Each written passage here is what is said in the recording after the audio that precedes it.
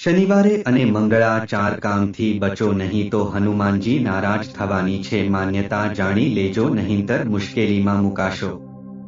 હનુમાનજી જેમ પ્રસન્ન થઈને ભક્તોની તમામ પરેશાનીઓ દૂર કરે છે તે જ રીતે એવા કેટલાક કામ કહેવામાં આવ્યા છે જેને કરવાથી તેઓ નારાજ કે ગુસ્સે થાય છે। મંગળવારે કે શનિવારે હનુમાનજીને કરો પ્રસન્ન આ છે સાચી રીત। આ દિવસે ઉપવાસ કરવો જોઈએ તેમનું નામ સ્મરણ મંત્ર કરાય તે ઘણા કાર્યો આ દિવસે ટાળવા જોઈએ।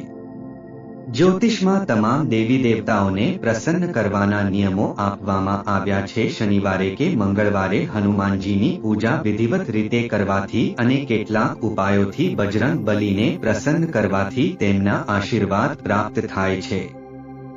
એવું કહેવાય છે કે બજરંગ બલી પ્રસન્ન થઈને ભક્તોના તમામ સંકટો કષ્ટ બધા દૂર કરે છે અને મનોકામના પૂરી કરે છે। તે જ રીતે શાસ્ત્રોમાં કેટલાક એવા કામ કહેવામાં આવ્યા છે જેને કરવાથી તેઓ નારાજ થાય છે।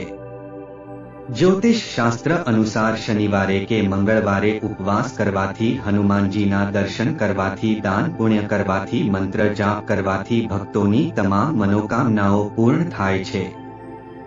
જન્મકુંડળીના શનિદોષ પનોતી વગેરે દૂર થાય છે। શનિની સમસ્યા કષ્ટબાધા દૂર થાય છે। કુંડળીમાં શનિ પણ બળવાન બને છે। આ ઉપવાસ કરતી વખતે સાચી શ્રદ્ધા અને પવિત્રતા જેવી બાબતોનું ખાસ ધ્યાન રાખવું જરૂરી છે તો જ વ્રતનું પૂર્ણ ફળ મળે છે।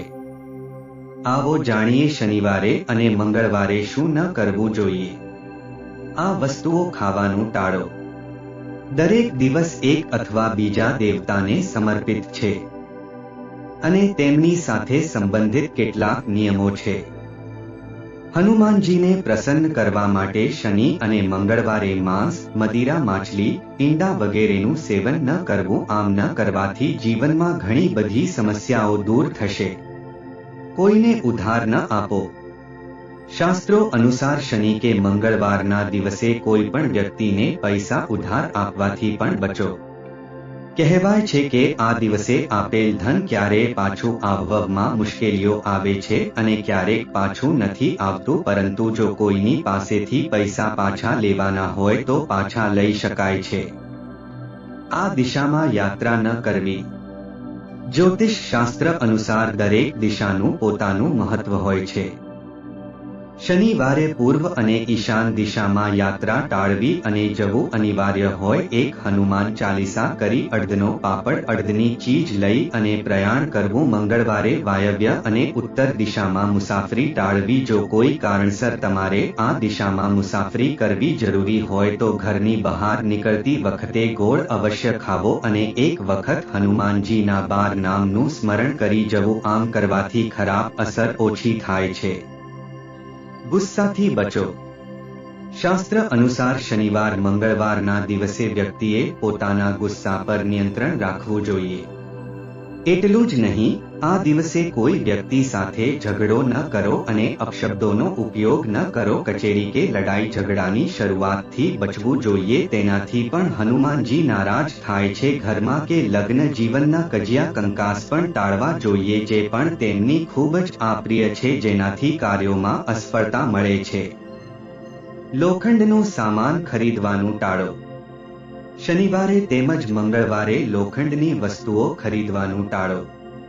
આ દિવસે સ્ટીલના વાસણો ધારદાર વસ્તુઓ વગેરે ખરીદવાનું ટાળો। આ દિવસે નેઇલ કટર છરી કાતર વગેરે ખરીદવું અશુભ માનવામાં આવે છે। આ દિવસોએ ગરીબોને ધૂતકારવાથી સ્ત્રીઓનું કે નોકરનો શોષણ કરવાથી હનુમાનજી ખૂબ જ નારાજ થાય છે। શનિ અને મંગળવારે ખાસ હનુમાનજીની પૂજા કરો। જો તમે કોઈ વિશેષ મનોકામના પૂર્ણ કરવા માટે ઉપવાસ કરી રહ્યા છો તો તમારે શનિ કે મંગળવારે ઓછામાં ઓછા 21 ઉપવાસ અવશ્ય રાખવા જોઈએ। આ દિવસે સવારે વહેલા ઉઠો સ્નાન વગેરે કરો અને સ્વચ્છ વસ્ત્રો પહેરો।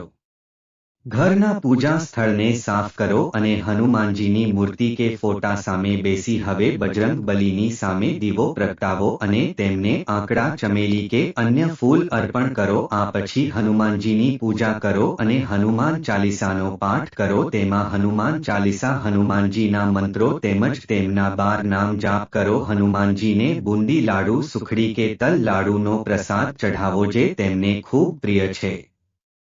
આપની તમામ મનોકામના પૂરી થશે.